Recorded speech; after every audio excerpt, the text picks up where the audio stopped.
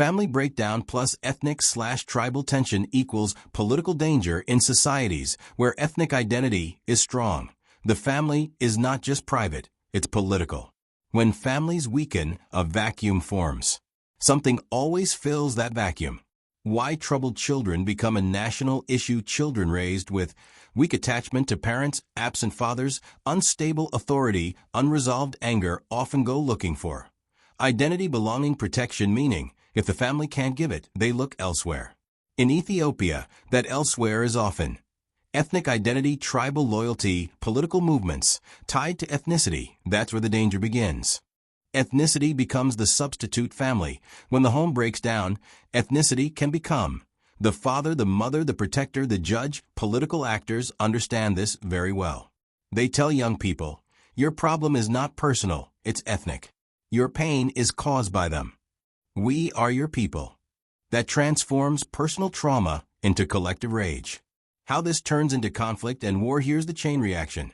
Keycap 1. Family instability increases. Keycap 2. Young people feel rootless. Keycap 3. Ethnic identity hardens. Keycap 4. Grievance replaces responsibility. Keycap 5. Politicians weaponize identity. Keycap 6. Violence becomes justified. Keycap 7. Conflict escalates into war. This pattern has happened in the Balkans, in Rwanda, in parts of the Middle East, and yes, in Ethiopia. Why Ethiopia is especially vulnerable. Ethiopia has deep ethnic diversity, strong historical identities, weak national narrative after monarchy, and ideology shifts, rapid social change without strong institutions. So when families weaken, marriages collapse badly, fathers disengage, children grow up angry, ethnic politics steps in to replace the family structure. That's extremely dangerous. This is the key insight. Strong families don't just raise good children. They absorb conflict before it becomes political. When families are strong, anger stays, personal problems are corrected at home. Young men don't need militias, young women don't need radical ideologies. When families fail, the state inherits emotional chaos. Ethnicity becomes the organizing principle. War becomes imaginable. Important balance. This matters. This does not mean divorce automatically causes war. Ethnic identity is bad. People should stay in abusive marriages. It means mass family instability plus ethnic politics is explosive, especially when leaders exploit it. The issue is scale, not individual cases. Bottom line very clear. Yes, family breakdown can weaken national stability. Yes, ethnic tension can turn personal pain into political violence. Yes, Ethiopia is vulnerable to this combination. Strong families are a national security asset, not just a moral ideal. If you want, we can go deeper into why young men are the key risk group, how religion historically stabilized Ethiopia, what policies actually reduce ethnic conflict. It's not repression. 1. Divorce doctrine versus divorce reality. In Ethiopia, what the church teaches within the Ethiopian Orthodox tradition, and similarly in Islamic and long-standing customary ethics, marriage is sacred, lifelong, and covenantal. Divorce is permitted only in extreme circumstances, most notably adultery, cheating. In some interpretations, total abandonment. The logic is clear and internally consistent. Marriage is not based on personal happiness alone. Endurance is a moral duty. Family stability is prioritized over individual dissatisfaction. If doctrine alone shapes society, divorce would be rare. What actually happens? Reality diverges sharply from theology.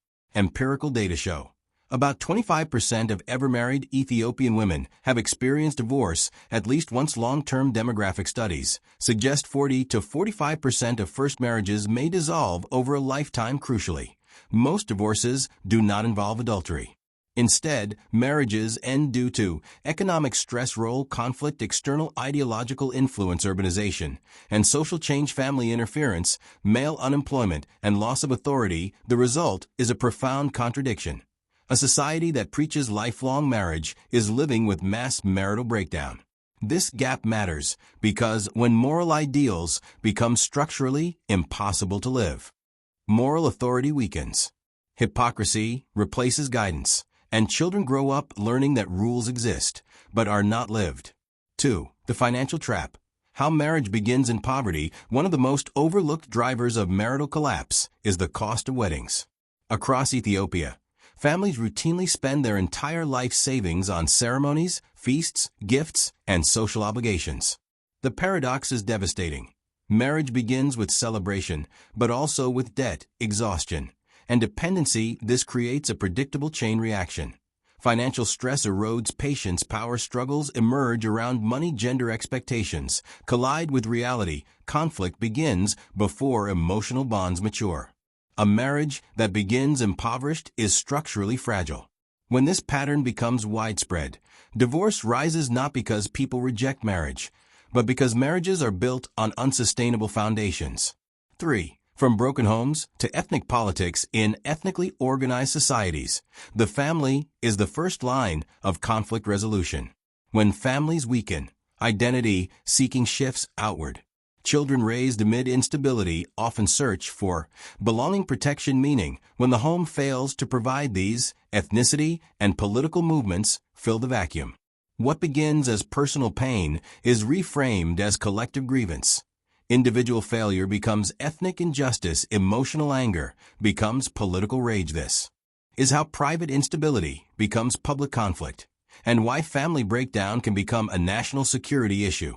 For the NGO effect, labor imbalance and ideological transfer, hiring asymmetry, and household disability. Modern NGO labor markets frequently prioritize hiring women over men, driven by donor expectations and imported gender frameworks.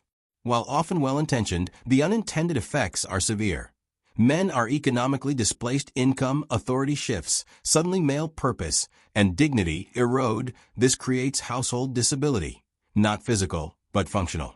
Roles no longer coordinate, and resentment replaces cooperation. Imported values and marital strain alongside aid. NGOs often transmit Western assumptions. Individual autonomy over family continuity, adversarial gender narratives, suspicion of traditional authority, marriage reframed as a revocable contract. When these ideas enter a society where marriage has been collective and sacred, ideological mismatch follows. Spouses begin living by incompatible moral systems, and conflict becomes moralized rather than resolved. 5. A typology of bonding. 6 types of marital pairings people are shaped by. Who they bonded with growing up, father or mother, whether they remained loyal to that model, opposed it, or became neutral, how these orientations interact with gender roles. From this emerge 6 core pairings. 1. Daddy's boy plus daddy's girl. Structured, traditional, disciplined. Roles are clear, authority is respected, and the family is aligned. This pairing produces stability and resilient children. 2. Daddy's boy plus mommy's girl. Authority meets emotionality. Power struggles emerge, creating confusion for both spouses and children. 3. Mommy's boy plus daddy's girl. Reversed expectations. He feels inadequate. She feels burdened. Mutual disappointment often turns into contempt. 4. Neutral man plus daddy's girl. The man is detached or ascetic. The woman seeks grounded leadership. She feels unseen, and the family lacks practical direction. 5. Neutral boy plus mommy's girl. Spiritual detachment meets emotional idealism. Initial attraction fades into disillusionment. Children may be imaginative but lack structure. 6. Neutral boy plus neutral girl. 2 extremes are possible. A saintly, minimalist partnership devoted to higher purpose, or chaos, neglect, and withdrawal from social responsibility. 2 neutrals can build a sanctuary or disappear from the world entirely.